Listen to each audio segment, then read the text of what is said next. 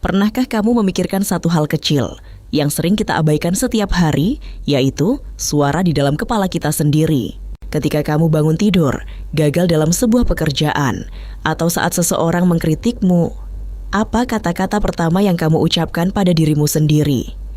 Kenapa sih aku selalu gagal? Atau, aku memang enggak mampu. Hati-hati, bisikan kecil yang tak terdengar oleh orang lain itu ternyata punya kekuatan raksasa untuk merusak atau justru menciptakan masa depanmu.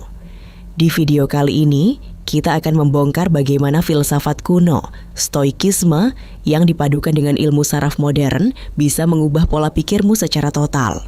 Kita akan belajar cara melatih dialog batin, agar kamu tidak lagi menjadi korban dari situasi, melainkan arsitek atas ketenangan jiwamu sendiri. Sebelum kita mulai, pastikan kamu klik tombol subscribe dan like, agar channel ini bisa terus membagikan ruang tenang dan kebijaksanaan untuk kita semua. Ketika kamu berpikir atau mengucapkan kalimat pada diri sendiri, otakmu sebenarnya tidak sedang diam. Di dalam otak kita, terdapat miliaran sel saraf yang saling berkomunikasi. Setiap kali kamu mengulang pikiran yang sama, misalnya rasa ragu atau takut, otakmu akan membentuk jalur khusus. Bayangkan jalur ini seperti jalan setapak di tengah hutan. Semakin sering kamu lewati, jalannya makin lebar, bersih, dan akhirnya berubah menjadi jalan tol yang mulus. Akibatnya, setiap kali ada masalah, otakmu secara otomatis langsung memilih jalan tol negatif tersebut. Kamu mendadak panik, stres, dan merasa tidak berdaya. Namun kabar baiknya, otak manusia memiliki sifat bernama neuroplastisitas, yaitu kemampuan otak untuk berubah dan dibentuk ulang sepanjang hidup. Artinya, jika kamu bisa membangun jalan tol untuk rasa takut, kamu juga bisa membangun jalan tol baru untuk kepercayaan diri dan ketenangan. Caranya, dengan memilih kata-kata yang kamu bisikkan pada dirimu setiap hari. Kaum stoik kuno selalu menekankan, bukan masalahnya yang membuat kita menderita, melainkan cara kita menilai masalah itu. Banyak orang salah sangka bahwa berpikir positif itu artinya berpura-pura bahagia atau menutup mata dari kenyataan. Stoikisme tidak mengajarkan hal itu. Stoikisme mengajarkan kita untuk realistis, tapi memberdayakan. Cobalah ubah cara bicaramu dari seorang kritikus yang kejam menjadi seorang pelatih yang bijak. Daripada berkata, aku merusak semuanya, aku memang bodoh.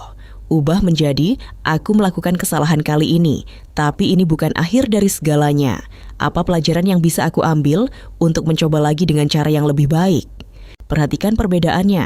Kamu tidak membohongi diri sendiri bahwa kamu gagal, tapi kamu memilih memandang kegagalan sebagai proses bertumbuh, bukan hukuman. Seorang filsuf stoik yang juga Kaisar Roma Marcus Aurelius pernah menulis sebuah kalimat terkenal. Rintangan di hadapanmu adalah jalannya itu sendiri. Ketika hidup memberimu kejutan pahit, seperti kehilangan pekerjaan, dikhianati, atau rencana yang berantakan, langkah pertama adalah mengakui kenyataan. Jangan menyangkalnya. Dalam stoikisme ada satu latihan mental bernama premeditatio malorum, yaitu membayangkan skenario terburuk yang mungkin terjadi, sebelum hal itu benar-benar terjadi. Ini bukan berarti mengajari kita jadi orang yang cemas atau pesimis. Justru sebaliknya, ketika kamu sudah mempertimbangkan kemungkinan terburuk dan melatih pikiranmu untuk tetap tenang melaluinya, tidak ada lagi kejutan di dunia ini yang sanggup merubuhkan fondasi mentalmu. Kamu menjadi pribadi yang selalu siap. Inti paling berharga dari seluruh ajaran stoikisme adalah memahami batas kendalimu. Dunia ini terbagi menjadi dua hal. Pertama, hal di luar kendalimu, seperti cuaca, kemacetan, omongan orang lain, ekonomi, atau reaksi atasanmu. Kedua, hal di dalam kendalimu, yaitu pikiranmu, keputusannya, dan reaksimu sendiri. Penyebab utama dari stres berlebihan adalah ketika kita menghabiskan 90% energi kita untuk mengutuki dan mengubah hal-hal di luar kendali kita. Mulai hari ini, saat masalah datang dan kamu merasa frustrasi, tarik napas dalam-dalam dan tanyakan pada dirimu sendiri, apakah hal ini berada di bawah kendaliku? Jika jawabannya tidak, latih dirimu untuk menerimanya dengan lapang dada, lalu alihkan seluruh energimu pada hal yang bisa kamu lakukan detik ini juga. Mulai hari ini saat masalah datang dan kamu merasa frustrasi, tarik napas dalam-dalam dan tanyakan pada dirimu sendiri, apakah hal ini berada di bawah kendaliku? Jika jawabannya tidak, latih dirimu untuk menerimanya dengan lapang dada. Lalu alihkan seluruh energimu pada hal yang bisa kamu lakukan detik ini juga. Atau, bagaimana versi terbaik diriku di masa depan akan merespons masalah ini? Latihlah teknik bertindak seolah-olah. Bertindak dan berbicaralah seolah-olah kamu sudah menjadi pribadi yang tenang, tangguh, dan bijaksana. Lama-kelamaan, sikap yang kamu latih secara konsisten itu akan mengendap menjadi karakter aslimu yang sebenarnya. Ingatlah, perubahan besar tidak terjadi dalam semalam.